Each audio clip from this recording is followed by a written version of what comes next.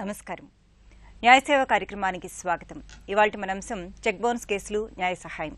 ఈ అంశంపై సలహాలు సూచనలు అందించడానికి మనతో పాటు ఉన్నారు రంగారెడ్డి జిల్లా కోర్టు 3వ అదనపు జిల్లా జడ్జి శ్రీ డి హేమంత్ కుమార్ గారు, అలాగే న్యాయవాది శ్రీ బీరం శ్యామ్ గారు. వారిచ్చే విలువైన సలహాలు సూచనలు స్వీకరించే ముందుగా ఈ అంశానికి చెందిన ఒక కథనాన్ని చూద్దాం.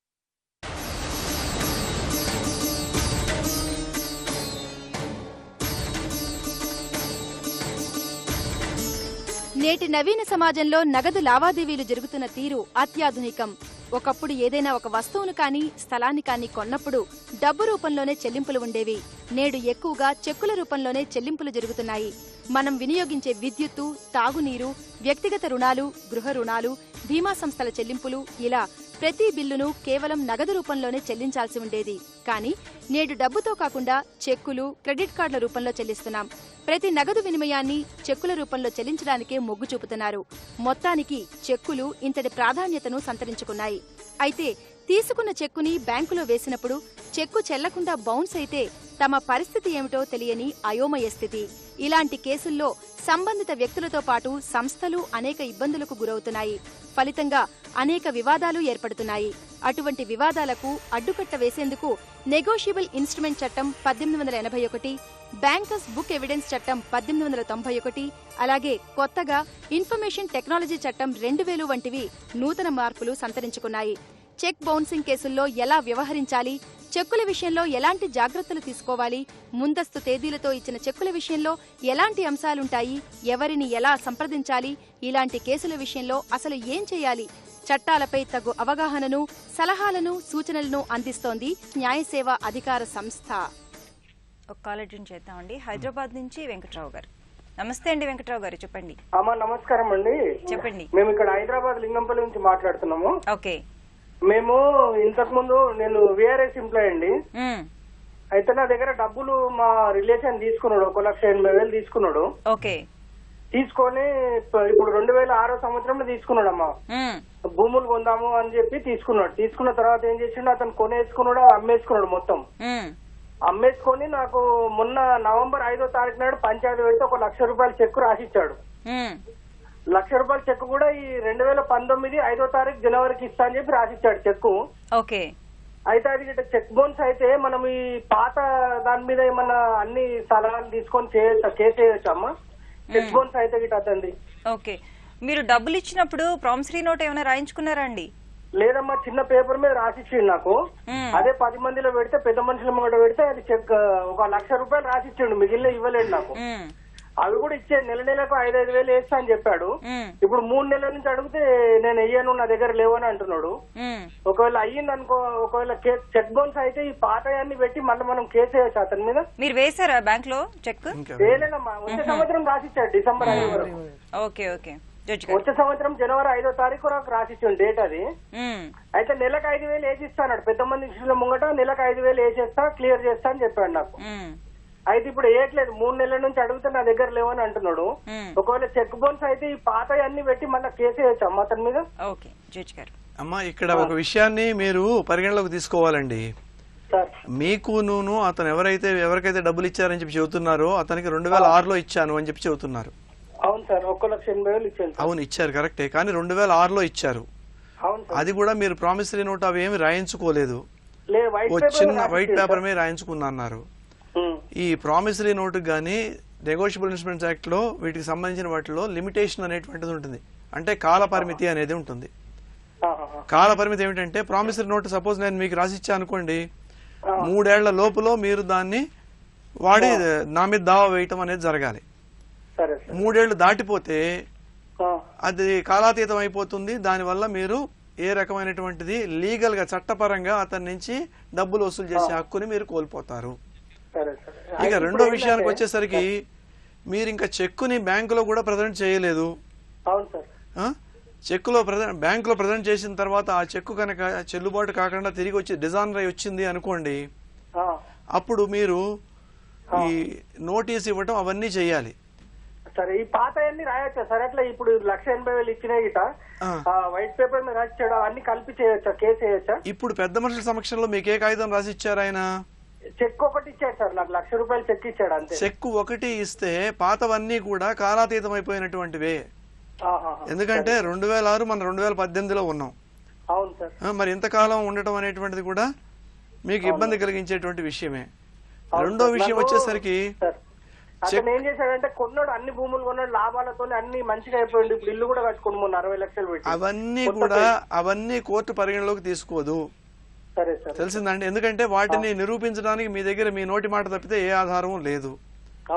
ఈ చెక్ మీరు బౌన్స్ అయిన తర్వాత కోర్టులో కేసు వేస్తే మొట్టమొదటిగా మీరు కోర్టుకి చూపించవలసిన విషయం ఏంటంటే మీకును ఎవరికైతే మీరు డబ్బులు ఇచ్చారని చెప్పి చెబుతున్నారో వాళ్ళకి మధ్యలో లావాదేవీలు ఉన్నాయి, ఆ లావాదేవీలకు సంబంధించిన బాపతగానే మీకు చెక్ ఇచ్చారు అని చెప్పేసి మీరు మొదటగా నిరూపణ చేయాలి.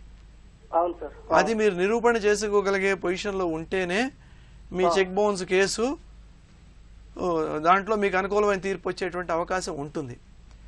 మీరు ఆ first point legally enforceable debt అంటారు. అంటే మీకు అతనికి చట్టబద్ధంగా మీకు రావాల్సినటువంటి డబ్బుల్ని మీరు రాబట్టుకోవటం కోసంగానే అతను మీకు చెక్ ఇచ్చినట్లుగా మీరు నిరూపణ చేయగలిగేటట్టు ఉండాలి. అలా లేకపోయింది అనుకోండి ఆటోమేటిక్ గా మీ చెక్ బౌన్స్ కేసు మీరు వేసినా కూడా అది మీకు అనుకూలమైన తీర్పు వచ్చే అవకాశం లేదు.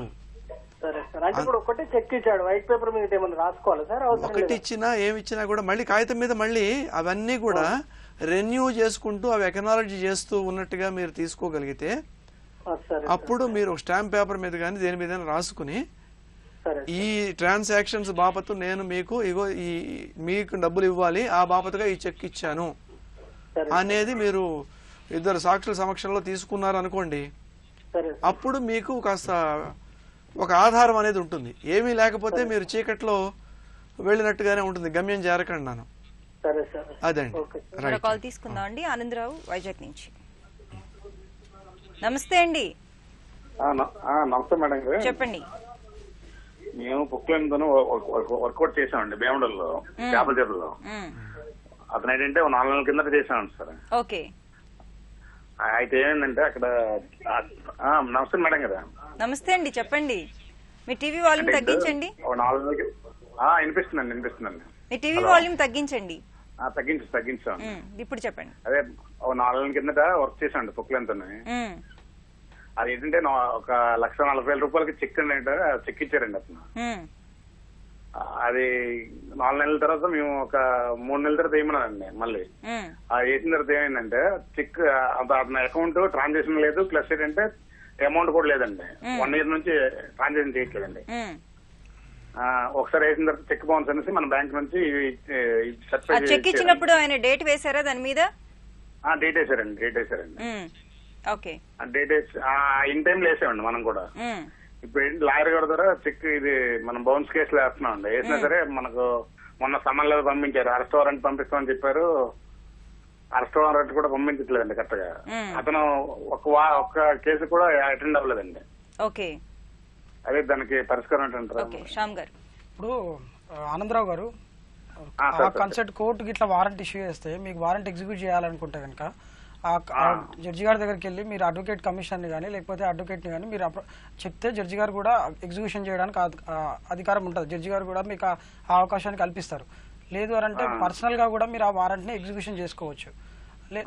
ఆ పోలీస్ ఎక్కడైతే ఆ లోకల్లో కానిస్టేబుల్ ఉంటాడు, కోర్ట్ కానిస్టేబుల్ అని ఆ కన్సర్ట్ జ్యూరిడిక్షన్ చెందినటువంటి పిఎస్ చెందినటువంటి కానిస్టేబుల్ ఉంటాడు. ఆ కానిస్టేబుల్ ద్వారా కూడా మీరు ఆ వారెంట్ ని ఎగ్జిక్యూషన్ చేసుకోవచ్చు. అడ్వకేట్ గారు అడ్వకేట్ గారికి చెప్తే ఆ వారెంట్ ని ఎగ్జిక్యూషన్ చేస్తారు. రెండోది, కోర్టులో పెండింగ్ లో ఉన్నటువంటి కేసుల గురించి అడిగితే మీకు ఒక లాయర్ గారు ఆల్రెడీ ఉన్నారు, మీ కేసు నడుస్తూ ఉంది ఏమండి. కాబట్టి ఇక్కడ న్యాయ సలహా ఎవరైతే వేయదలుచుకున్నారో వాళ్ళకి తప్పితే ఆల్రెడీ పెండింగ్ లో ఉన్నటువంటి కేసుల గురించి చెప్పడం అనేటువంటిది భావ్యం కాదు. కాబట్టి మీ లాయర్ గారికి చెప్పండి, దాని ప్రకారంగా వారెంట్ ఎలా ఎగ్జిక్యూట్ చేయించాలో చేయిస్తారు. అంటే మాకేంటంటే ఈ డబ్బులు ఖర్చు అయిపోతున్నారు సార్. అంటే సామాన్లు పంపించిన అన్నిటికీ డబ్బులు అయిపోతున్నారు తప్పించి మనకేం పరిస్థితి. ఆనందరావు గారు ఆ విధంగా ఉంటే కనుక మీరు అక్కడ డిస్ట్రిక్ట్ లీగల్ ఎయిడ్ సర్వీస్ అని ఉంటది, అక్కడ డిస్ట్రిక్ట్ లీగల్ ఎయిడ్ సర్వీస్కి వెళ్ళండి. అక్కడ మీదైతే ఏదైతే ప్రాబ్లం ఉందో అక్కడ చెప్పండి. చెప్తే మీకు ఫ్రీగా కూడా అడ్వకేట్ ని వాళ్ళ ఎంగేజ్ చేస్తారు. ఆల్రెడీ ఒక అడ్వకేట్ గారు ఉన్నారు కాబట్టి ఎవరు పిలుస్తారు. మీరు ఒకసారి అడ్వకేట్ గారు చెప్పండి ఏ ప్రాబ్లం ఉందో, అక్కడ వారెంట్ ఎగ్జిక్యూషన్ చేయించుకోండి. Pending case. Okay thanks sir. మరి కాల్ తీసుకుందాం అండి. భాస్కర్ గారు హైదరాబాద్ నుంచి. నమస్తే అండి భాస్కర్ గారు, చెప్పండి. మేడం చెప్పండి మేడం, యాక్చువల్లీ నేను ఒకరికి మనీ ఇచ్చాను. ఇచ్చాక వాళ్ళు నాకు చెక్ ఇచ్చారు. ఆ చెక్ ఏమైంది, ఇచ్చిన తర్వాత ఏమైందంటే నేను మనీ వేసిన టైంలో చెక్ అది ఇచ్చిన తర్వాత నాకు ఇస్తాను అని చెప్పి ఇవ్వలేదు. అయితే తర్వాత నేనేం చేశానంటే చెక్ బౌన్స్ చేశాను. చెక్ వేశారు, బ్యాంక్ లో బౌన్స్ అయింది. బ్యాంక్ వేసాను. అయితే ఏమైతుందంటే ఆ చెక్ పేమెంట్ అనేది స్టాప్ చేయించారు. అది చెక్ పేమెంట్ స్టాప్ చేసిన తర్వాత ఏంటి అని చెప్పేసి నేను లాయర్ ని అప్రోచ్ అయ్యాను. వేసిన తర్వాత తను ఏమైందంటే నేను ఆల్రెడీ అతనికి పైసలు ఇచ్చేసిన అని చెప్పేసి నాకే రిటర్న్ అడ్వకేట్ నుంచి నోటీస్ పంపించారు అనమాట. అదే దీని గురించి ఒకసారి తెలుసుకుందామని. ఇక్కడ ఏమిటంటేనండి, స్టాపేజ్ రాసినా, మీకు నేను చెక్ ఇచ్చి బ్యాంక్ వాళ్ళకి డబ్బులు ఇవ్వద్దు అని చెప్పి రాసినా కూడా చెక్ బౌన్స్ పరిధిలోకి వస్తుంది. ఓకే, చెక్ మీ దగ్గర ఉంది, అది ఒకసారి మీరు వేశారు, ప్రెజెంట్ అయిపోయిన తర్వాత with in the stipulated period లో మీరు వకీల్ గారితో నోటీస్ ఇప్పించాలి. దాన్ని స్టాట్యూటరీ నోటీసు అని చెప్పేసి అంటారు. అది కనుక మీరు ఇప్పించిన తర్వాత అది ఆ వ్యక్తికి అందిన తర్వాత విత్ ఇన్ 1 month లోపల వాళ్ళు మీకు డబ్బులు ఇవ్వకపోతే మీరు 138 కింద కేసు వేసుకోవటం జరగాలండి. మీరు అది చేయకపోతే, ఇది ఎందుకంటే ఇది స్ట్రిక్ట్ గా దీంట్లో ఉన్నటువంటి అన్ని నామ్స్ ని కూడా ఫాలో అవ్వాల్సి ఉంటుంది. అంతేగాని మీరు తత్సారం చేసి కొన్ని నెలలు ఆగిపోతే టెక్నికల్ ఆస్పెక్ట్స్ మీద మీ కేసు ఓడిపోయే అవకాశం ఉంటుంది. వాళ్ళు బ్యాంక్ స్టాప్ పేమెంట్ చేసినా కూడా చెక్ బౌన్స్ అయితే అది మామూలు 138 ఇంగ్రీడియంట్స్ అన్ని కూడా అప్లై అయినట్టుగా ఉంటుంది. కాబట్టి మీకు కేసు వేసుకునేటువంటి హక్కు ఉంది. వాళ్ళు ఏదో నోటీస్ ఇచ్చారు ఇవన్నీ అంటే దానికి రిప్లై నోటీస్ ఇవ్వండి. దానికి ఏం మనం భయపడాల్సిన పని లేదు, ఏమీ లేదు. కాదంటే మీరు మీ దగ్గర ఒక విషయం మాత్రం ఆధారం ఏముండాలి అంటే మీ ఇద్దరి మధ్య జరిగినటువంటి ఆర్థిక లావాదేవీకి సంబంధించి ఈ ఒక చెక్కే ఉందా, దానికి ముందు ఏమైనా ప్రామిసరీ నోట్ కానీ అలాంటిది ఏమైనా తీసుకున్నారా? చెక్ ఒకటే ఉంది. సో అప్పుడు వాళ్ళు అడిగినప్పుడు మీరు నిరూపణ చేయగలిగేటువంటి శక్తి మీకు ఉండాలి ఈ చెక్. అంతేగాని సపోజ్ మీ బర్త్డే పార్టీకి నేను వచ్చి ఒక చెక్ ఇచ్చాను అనుకోండి, నేను ఇచ్చిన చెక్ బౌన్స్ అయిపోతే మీరు కేసు వేసే హక్కు ఉండదు. ఎందుకంటే మీకు నాకు మధ్యలో లీగల్లీ ఎన్ఫోర్సబుల్ డెట్ అనేటువంటి కాన్సెప్ట్ ఉండదు. అంటే నేను అది ఆన్లైన్ ట్రాన్సాక్షన్ చేశాను. Then it's well and good అండి. ఆన్లైన్ ట్రాన్సాక్షన్ చేస్తే మీకు ఆధారం ఉంది కాబట్టి certainly you got every right to file this suit అండి. అది చేసుకోవచ్చండి. రైట్. జడ్జి గారు, ఈ మధ్య కాలంలో నెగోషియబుల్ ఇన్స్ట్రుమెంట్ యాక్ట్ లో ఎలాంటి సవరణలు చేశారు? ఇదివరకు మనకి ఉన్నటువంటి దానికంటే కూడా ఇంకా కఠినతరం చేశారమ్మా. ఎందుకంటే అసలు ఈ చెక్ ట్రాన్సాక్షన్స్ లో ఇందాక మనం ప్రోమోలో అక్కడ చూసినట్టుగా చెబితే ప్రతి ట్రాన్సాక్షన్ ఆన్లైన్ ట్రాన్సాక్షన్స్ చేసేస్తున్నాం. దాంట్లో ఏమంటుంది, సపోజ్ నేను కారు కొనడానికి బ్యాంక్ లోంచి లోన్ తీసుకున్నాను అనుకోండి, బ్యాంక్ వాళ్ళు వచ్చి 36 నెలలదే కూడా ఇవాళే చెక్ తీసేసుకుంటున్నారు. 36 చెక్కులు తీసేసుకుంటున్నారు, పోస్ట్ డేటెడ్ చెక్స్ తీసేసుకుంటున్నారు. దాంట్లో నా వాదన ఏమిటంటే, ఒకటి ఫండ్స్ లేకపోయినా ఏమైనా కూడా ఏదో ఫ్లిమ్సీ వాదనలు వచ్చేసేసి ఏవో చేస్తున్నారు. అలా కాకుండా ఇక్కడ ఏమిటంటే చెక్ అమౌంట్ 100 రూపాయలు ఉంటే దానికి శిక్షతో పాటు, జైలు శిక్షతో పాటుగా ఈ పరిహారాన్ని కూడా చెల్లించేటువంటి వెసులుబాటు అనేది ఈ చట్టంలోనే ఉంది. అంటే 2 రెట్లు పరిహారం కూడా చెల్లించవచ్చు. ఎందుకంటే ఇక్కడ మోరల్ అండ్ లీగల్ ఆబ్లిగేషన్స్ అన్ని కూడా దీంట్లో కోడిఫై చేశారు. ఎందుకంటే బ్యాంకు వాళ్ళు మనకి చెక్ బుక్ ఇచ్చేటప్పుడు వాళ్ళు 100 కండిషన్స్ పెడతారు. దీన్ని మీ లాక్ అండ్ కీలో ఉంచుకోండి, ఇది మీకు డబ్బుతో సమానము, దీన్ని ఎవరికి పడితే వాళ్ళకి అందుబాటులో ఉంచకండి అని చెప్పేసి చెబుతూ ఉంటారు. అలాంటిది నా చెక్ బుక్ లోంచి నేను మీకు రాసి చెక్ ఇచ్చాను అని అంటే అది నేను ఇవ్వలేదు, నేను ట్రావెల్ చేస్తూ ఉంటే పోయింది, ఇలాంటి డిఫెన్సెస్కి అన్నీ కూడా ఒప్పుకోదు, కోర్టు ఒప్పుకోదు. ఎందుకంటే దీని మీద సుప్రీంకోర్టు వారు టైం టు టైం చాలా సుస్పష్టమైనటువంటి తీర్పు ఇవ్వటం జరుగుతోంది. కాబట్టి ఈ కాంపెన్సేషన్ ఇవ్వటం గురించి ఈ మధ్య మళ్ళీ రీసెంట్గా బిల్ ఎనాక్ట్మెంట్ కూడా అయింది. అంటే ఇదివరకు ఏముండేదంటే సపోజ్ ఒక 5 లక్షల చెక్కు అనుకోండి, 10 లక్షల కాంపెన్సేషన్ అనేటువంటిది ఇస్తూ వచ్చేవారు. ఆ 10 లక్షలు కట్టకుండా అప్పీల్కి వచ్చేవాళ్ళు. అక్యూజ్డ్ అప్పీల్కి వస్తే మేము అప్పీలట్ కోర్టులో ఏం చేసేవాళ్ళం, ఆ మొత్తం ఈ కాంపెన్సేషన్ కూడా సస్పెండ్ చేసేవాళ్ళం. అంటే ఏంటి, అప్పీల్లోకి వచ్చారు కాబట్టి అప్పీల్ తీర్పు అయిన తర్వాత ఈ 10 లక్షలు కట్టడం అనేటువంటిది వస్తుంది, అప్పటిదాకా కట్టవలసిన పని లేదు అని. కానీ ఈ మధ్య వచ్చినటువంటి సవరణలో మినిమం 20% అయినా సరే అప్పీల్ పెండింగ్ ఉన్నా కూడా ఈ 10 లక్షల 20% అమౌంట్ ని డిపాజిట్ చేయండి. అంటే సపోజ్ అప్పీల్లో మళ్ళీ అప్పీల్ చేసిన అతను గెలిచాడు అనుకోండి, మళ్ళీ తిరిగి చెల్లించవలసిన పరిస్థితి వస్తుంది. ఇతను ఇవ్వలేదు అనుకోండి, రెవెన్యూ రికవరీ యాక్ట్ ప్రకారంగా ఎలా అయితే ఎంఆర్ఓ వాళ్ళ ఆస్తులు జప్తు చేసి అతను డబ్బులు లేవని అంటాడు, అన్నప్పుడు రెవెన్యూ ఆఫీషియల్స్ ద్వారా రెవెన్యూ రికవరీ యాక్ట్ ప్రకారంగా ఎలా అయితే గవర్నమెంట్ అలా జప్తు చేసి ఆక్షన్ చేసి చేస్తారో అదే రకంగా దీన్ని చేయొచ్చు అని చెప్పారండి. అది కాబట్టి ఇంకా కఠినతరం చేశారు. అంటే ఏమిటంటే దీనివల్ల వేరే రకమైనటువంటి డిఫెన్సెస్ తీసుకుని తప్పించుకునే అవకాశాలు లేకుండా ఈ అప్పీలట్ పీరియడ్ లో కూడా, ఎందుకంటే డబ్బులన్నీ కూడా పెట్టుకుంటాను, నా కూతురు పెళ్లి కోసం అని చెప్పి దాచుకున్నాను, మీరు వచ్చారు ఏదో అర్జెంట్ పని చెప్పారు ఇచ్చేశాను, ఇచ్చిన తర్వాత మీరు దాన్ని మళ్ళీ నాకు తిరిగి ఇవ్వలేదు, నా అవసరానికి ఉపయోగపడలేదు, కేసు పెండింగ్ ఉంది. ఎందుకంటే కోర్టులో ఈ ఎన్ఐ యాక్ట్ కేసులే చాలా ఉన్నాయి, స్పెషల్ మ్యాజిస్ట్రేట్ కోర్ట్స్ కూడా కాన్స్టిట్యూట్ చేశారు.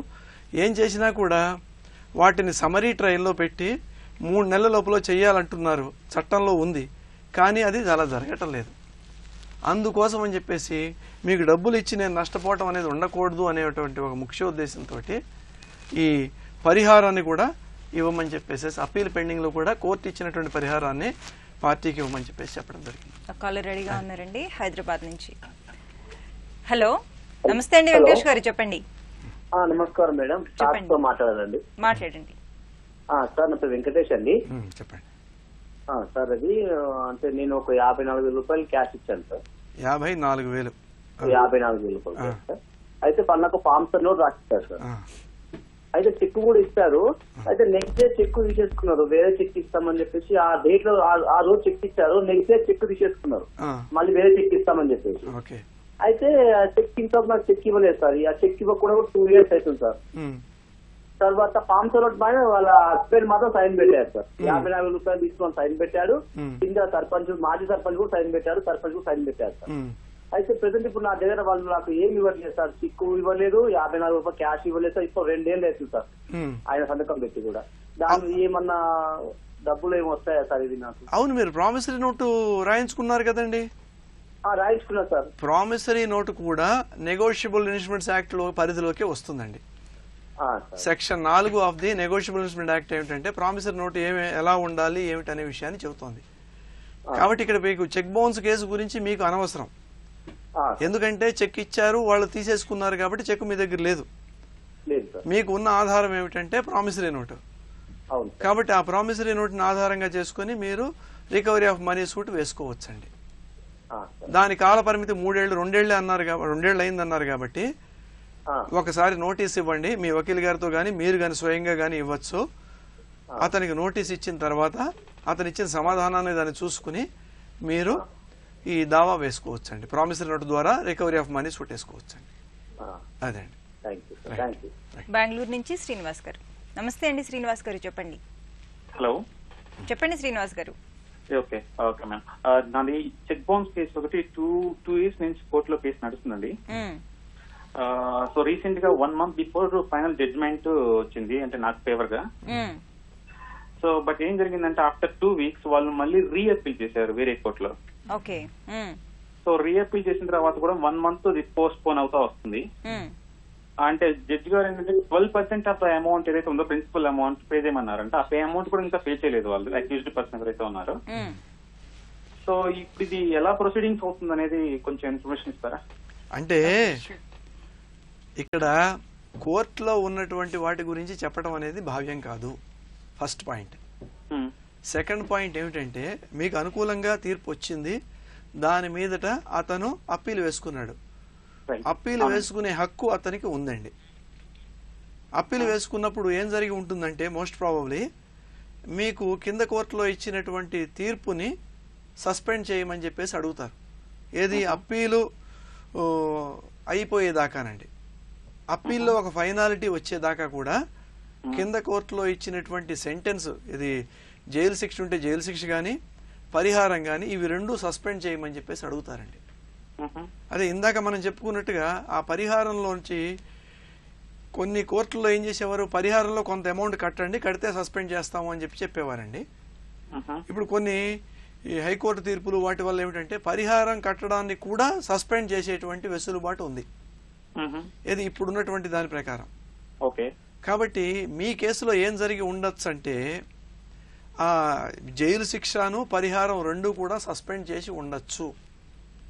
అంటే 2.5 lakhs కి 5 lakhs పేమెంట్ చేయమన్నారు. At the same time 7 months imprisonment. ఈ రెండింటినీ కూడా అప్పీలేట్ కోర్టు సస్పెండ్ చేసి ఉండొచ్చు. ఎందుకంటే నేను రికార్డ్ ఏం లేకుండా చెప్పడం అనేది బాగుండదు. సో ఈ రెండు సస్పెండ్ చేసి ఉండాలి మోస్ట్ ప్రాబబ్లీ. అది మీ అడ్వకేట్ గారిని అడిగినా తెలుస్తుంది. లేదు మీరు కోర్టు నుంచి ఆన్లైన్ లో కూడా మనం చూసుకోవచ్చండి. ఇప్పుడు మీ కేసు స్టేటస్ అంతా కూడా ఈ కోర్ట్స్ ద్వారా మీ కేసు నెంబర్ అవి మీకు తెలిస్తే ఆ కన్సర్న్ కోర్టులోకి లాగిన్ అయ్యి ఈ కోర్ట్స్ అని చెప్పేసి వెబ్సైట్ లోకి వెళ్ళి మీరు చూసుకుంటే మీ కోర్టు స్టేటస్ అవన్నీ తెలుస్తాయి. లేదు మీ అడ్వకేట్ గారిని అడిగినా కూడా ఈ విషయాన్ని వారు కూడా చెబుతారు. అడ్వకేట్ ని కన్సల్ట్ అయితే మాకు నెక్స్ట్ వీక్ వాళ్ళని రీక్రాస్ ఎగ్జామినేషన్ చేయాలని చెప్పారంట. అంటే మళ్ళీ పిటిషన్ ఏమైనా వేసి ఉంటారండి. మళ్ళీ దీని గురించి అప్పీలేట్ కోర్టులోనే పెండింగ్ ఉందంటున్నారు. ఫస్ట్ ఆఫ్ ఆల్ అప్పీలేట్ కోర్టులో పెండింగ్ ఉన్నటువంటి కేసెస్ గురించి ఏమీ తెలియకుండా చెప్పడం తప్పు, మేము చెప్పకూడదు. ఎందుకంటే already that case is sub జుడిస్. దాని మీద ఇక్కడ ఒపీనియన్ ఇవ్వటం అనేది బాగుండదు. సో నాకు ఫైనల్ ఒక ఇన్ఫర్మేషన్ ఏంటంటే ఆల్రెడీ ట్రయల్ కోర్ట్ లో మనకు ఫేవర్ గా వచ్చింది నాకు. అవునండి. ఇప్పుడు ఈ కోర్ట్ లో నాకు ఎంతవరకు ఫేవర్ గా రావచ్చు? నేను ఆల్రెడీ అన్ని ప్రొక్యూర్మెంట్ అన్ని సబ్మిట్ చేస్తున్నాను, డాక్యుమెంట్స్ అని. ఈ కోర్ట్ లో ఎంతవరకు నేను సక్సెస్ అవ్వచ్చు? అది మీ కేసు ఫ్యాక్ట్స్ ని బట్టి దాన్ని బట్టి ఉంటుందండి. అది ఎందుకంటే అప్పీల్ కన్ఫర్మ్ అవ్వచ్చు, అప్పీల్ సెట్ అసైడ్ అవ్వచ్చు, ఏమవుతుంది అనేటువంటిది based on the record and other things ఉంటుంది తప్పితే నౌ వితౌట్ నోయింగ్ ఎనీథింగ్ నేను చెప్పడం అనేటువంటిది జోస్యంలా అవుతుంది. అది కరెక్ట్ కాదు, అది నేను చెప్పలేను. మరో కాల్ తీసుకుందాం అండి. పుత్తూరు నుంచి మోహన్ గారు. నమస్తే అండి. హలో. నమస్తే మేడం. చెప్పండి మేడం. మా ఫ్రెండ్, నా క్లోజ్ ఫ్రెండ్ ఒక అతనికి నేను 10 lakhs ఇస్తాను. ఆ చెక్ కూడా ఇచ్చాడు. ప్లస్ అతను వండుకునేసి 2 months 3 months టైం చెప్పాడు. నేను ఆ టైం వరకు నేను వెయిట్ చేస్తాను. ఆ పైన నేను అతను అడిగినాను, డబ్బు ఇవ్వలేదు. నేను చెక్ బౌన్స్ చేసుకున్నాను మేడం. చెక్ బౌన్స్ చేసుకుని ఇంకా సరే మా లాయర్ దగ్గర పోయి అప్రోచ్ అయినాను. అతను వండుకునేసి డబ్బులు ఎగర కొట్టాలనేసి మా జిల్లా ఎస్పీ గారి దగ్గర పోయేసి పిటిషన్ పెడతాడు మేడం. ఏమనేసి అంటే నాకు 14 రూపాయలు ఇంట్రెస్ట్ ఇచ్చినాడు, 20 రూపాయలు ఇంట్రెస్ట్ ఇచ్చినాడు అనేసి కావాల్సింది డబ్బులు ఎగర కొట్టామనేసి పిటిషన్ పెట్టినాడు. అది చెక్ బౌన్స్ అయిపోయి నంబర్ కూడా అయిపోయింది మేడం. అది ఎట్లా మేడం? మళ్ళీ మాకు ఏమైనా ప్రాబ్లం వస్తుంది ఎస్పీ గారి దగ్గర నుంచి? ఓకే శ్యామ్ గారు. మోహన్ గారు, మీరు ఇక్కడ కోర్టులో కేసు వేసినారు కాబట్టి అక్కడ సీసీ నంబర్ కూడా అయిపోయిందని అంటున్నారు కదా. ఆ కేసు నంబర్ కాపీ తీసుకొని మీరు అక్కడ ఎస్పీ దగ్గరికి వెళ్ళి ఇట్లా ఆల్రెడీ కోర్టులో పెండింగ్ ఉందండి అని చెప్పి అక్కడ చెప్పండి. చెప్తే వాళ్ళు చెప్పడం కాదండి, అక్కడ మీరు వేసిన మళ్ళీ ఇంకొకసారి ఇక్కడ పోయి మళ్ళీ పిటిషన్ ఇస్తానే ఉండదు సార్. అదే మోహన్ గారు, ఒకసారి అక్కడ ఎస్పీ దగ్గరికి వెళ్ళి మీరు ఏం చేయండి అంటే ఇక్కడ ఈ సర్టిఫికేట్ కాపీ తీసుకొని వెళ్ళి అక్కడ చూపించండి. చూపిస్తే వాళ్ళు కన్సిడర్ చేస్తారు మీరు. అది దారి పిండి నా చెక్ బెదిరించి తీసుకున్నాడు అవన్నీ. అదే అండి, అది ఇప్పుడు ఎస్పీ గారు దాని మీద ఎట్లాంటి యాక్షన్ తీసుకోవడం ఉండదండి మీకు అగైనెస్ట్. ఎందుకంటే ఇది ఆల్రెడీ సబ్జుడైజ్ అయిపోయింది, కోర్టులో ఉంది కాబట్టి, పెండింగ్ ఉంది కాబట్టి దాంట్లో ఎట్లాంటి యాక్షన్ తీసుకోరు. కోర్టు డిసైడ్ చేస్తుందండి. ఆ కాపీ తీసుకొని వెళ్ళి వాళ్ళకు కూడా చూపెట్టండి, ఇది జరిగింది ఈ విషయం, ఇట్లా ఆల్రెడీ నేను కోర్టులో కేసు వేసినాను. ఒకవేళ నిజంగానే ఒకవేళ అబద్ధం అనుకుంటే కనుక కోర్టులో డిసైడ్ అవుతుంది. ఇది సబ్జుడైజ్ కాబట్టి అక్కడ కోర్టులో డిసైడ్ ఉంది, ఆల్రెడీ పెండింగ్ ఉంది కాబట్టి అక్కడే డిసైడ్ అవుతుంది కాబట్టి అట్లా మీరు చెప్పుకోండి. ఆ కాపీ తీసుకొని అక్కడ చూపెట్టండి, పిటిషన్ కాపీస్. కాల్ తీసుకుందాం అండి. బెంగళూరు నుంచి రవీంద్ర గారు. నమస్తే అండి రవీంద్ర గారు, చెప్పండి. నమస్తే అండి. చెప్పండి. నేనండి 13 లక్షలు మా బంధువులకి ఇచ్చానండి. అది బ్యాంక్ లోకి ట్రాన్స్ఫర్ చేశాను. ఓకే. ట్రాన్స్ఫర్ చేసిన తర్వాత ఏమైందంటే యాక్చువల్ గా పొలం కోసమని పే చేశాను అనమాట. పొలం కొంటాను. వాళ్ళు ఏం చేశారంటే పొలం మనకి ఇవ్వకుండా వాళ్ళు తిరిగి మన మీద కేసు వేశారు. మేమే వాళ్ళకి 30 లక్షలు ఇచ్చాం అబ్బాయికి, అందులో నాకు తిరిగి 13 లక్షలు ఇచ్చాడు అని కేసేసారు అన్నమాట. వాళ్ళు మనకి ఇచ్చింది ఎక్కడ ప్రూఫ్ లేదు, మనకి అసలు మనకి ట్రాన్స్ఫర్ చేయలేదు, చేసి ఇవ్వలేదు, దేనికి లేదు. మనం మాత్రం బ్యాంక్ లో ట్రాన్స్ఫర్ చేశాను నేను 13 లక్షలు. ఇప్పుడు వాళ్ళు తిరిగి మన మీదే రివర్స్ కేసు చేశారు అన్నమాట. మేము 30 లక్షలు ఇచ్చాము, 30 లక్షల్లో మాకు తిరిగి 13 లక్షలు ఇచ్చాడు అన్నట్టుగా కేసు వేశారన్నమాట. మళ్ళీ తిరిగి దానికి ఎలా ప్రొసీడ్ అయితే? ఏ ఆధారంతో కేసు వేశారండి మీ బంధువులు? యాక్చువల్ గా నేను పొలం కని కట్టానండి వాళ్ళకి. అలా కాదు నేను అడిగేది, వాళ్ళ దగ్గర ఏ రకమైన కాగితాలు మీరు ఎగ్జిక్యూట్ చేసినట్టుగా ఉన్నాయి? మీరు ఇచ్చిన కాగితాలు ఏమన్నా ఉన్నాయా? నేను ఇచ్చినవి ఉన్నాయి, బ్యాంక్ స్టేట్మెంట్స్ ఉన్నాయి. అలా కాదు, వారు మీ మీద కేసు వేశారంటున్నారు కదా, అవునవును 30 లక్షలు ఇవ్వాలి అని చెప్పడానికి. అవునవును, దానికి సంబంధించిన కాగితాలు ఏమైనా ఉండాలి కదండి. ఊరికే కేసు ఏం లేదండి, ఏం లేకపోతే ఎట్లా చెక్ అంటే రికవరీ ఆఫ్ మనీ సూట్ వేసారా, చెక్ బేస్డ్ వేసారా, ఎలా వేశారంటారు? అదే నాకు అర్థం కావట్లేదు. ఇప్పుడు మేము వెళ్తా ఉన్నాను, కోర్టుకి తిరుగుతా ఉన్నాను. అలా కాదండి, కోర్టుకి తిరుగుతున్నారు, మీరు ఎడ్యుకేటెడ్ లాగే ఉన్నారు, ఆన్లైన్ ట్రాన్సాక్షన్ చేశారంటే మీరు ఎడ్యుకేటెడ్ కిందే లెక్క. అవునవును.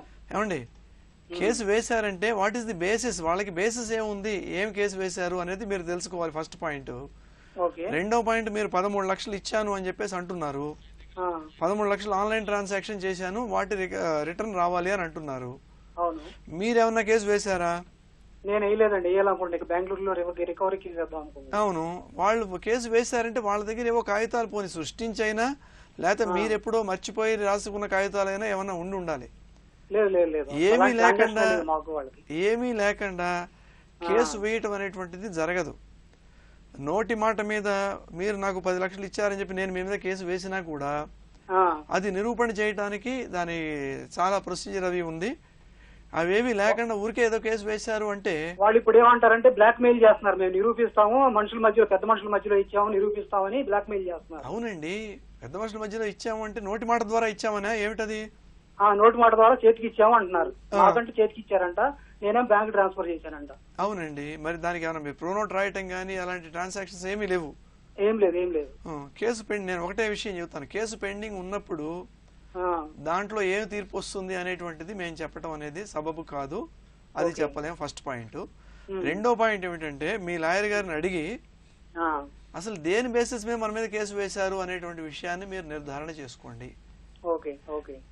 థర్డ్ పాయింట్ ఏంటంటే, మీరు 13 లక్షలు ఇచ్చాను అని చెప్పేసి అంటున్నారు, అది దానికి ఇచ్చినట్టుగా దేని బాబత్ ఇచ్చారు అనేటువంటి దానికి కూడా మీ దగ్గర కాగితాలు ఏం లేవు. దేని బాబత్ ఇచ్చింది కూడా లేదు, అంతే. మరి కాబట్టి దీన్ని బేస్ చేసుకుని మీరు రికవరీకి అయినా సరే ఈ ట్రాన్సాక్షన్స్ జరిగింది అని చెప్పేసి దాని నుంచి అయినా వేసుకోవాలి. అందుకే రికవరీ కేసు వేయడానికి అవకాశం ఉందా? వేసుకోవచ్చండి. అంటే ఆల్రెడీ వాళ్ళ కేసు ముందేశారు కదా, దాంట్లో అయినా కూడా మీరు ఈ ప్లీని మరి తీసుకున్నారా, తీసుకోవాల్సింది ఉంటుంది.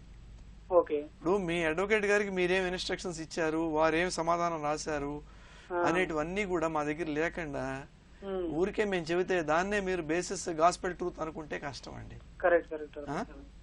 కాబట్టి వీ మస్ట్ బి డెలిజెంట్. నేను ఎప్పుడు చెబుతూ ఉంటాను, ABC, always be careful when we're dealing with the monetary transactions, financial transactions. వాళ్ళ బంధువులే కానివ్వండి, బ్రదర్సే కానివ్వండి, ఎవరైనా కూడా తస్మాత్ జాగ్రత్తగా లేకుండా మీరు ఏదో చేస్తే నష్టపోయే అవకాశాలు ఉంటూ ఉంటాయి.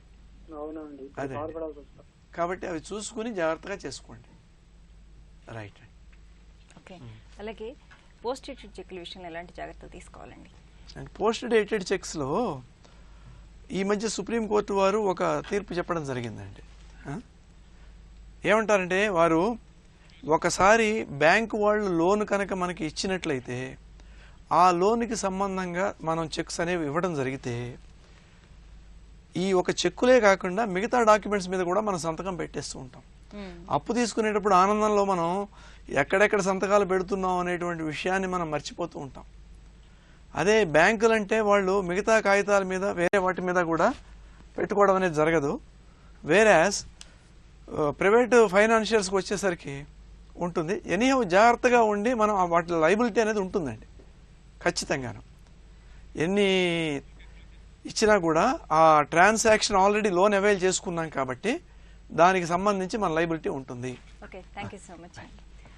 ఇప్పటి వరకు మనం చెక్ బౌన్స్ కేసులు న్యాయ సహాయం ఈ అంశంపై సలహాలు సూచనలు స్వీకరించాం. వచ్చే శనివారం 9:30 న్యాయ సేవా కార్యక్రమంలో మళ్లీ కలుసుకుందాం. అంతవరకు సెలవు. నమస్కారం.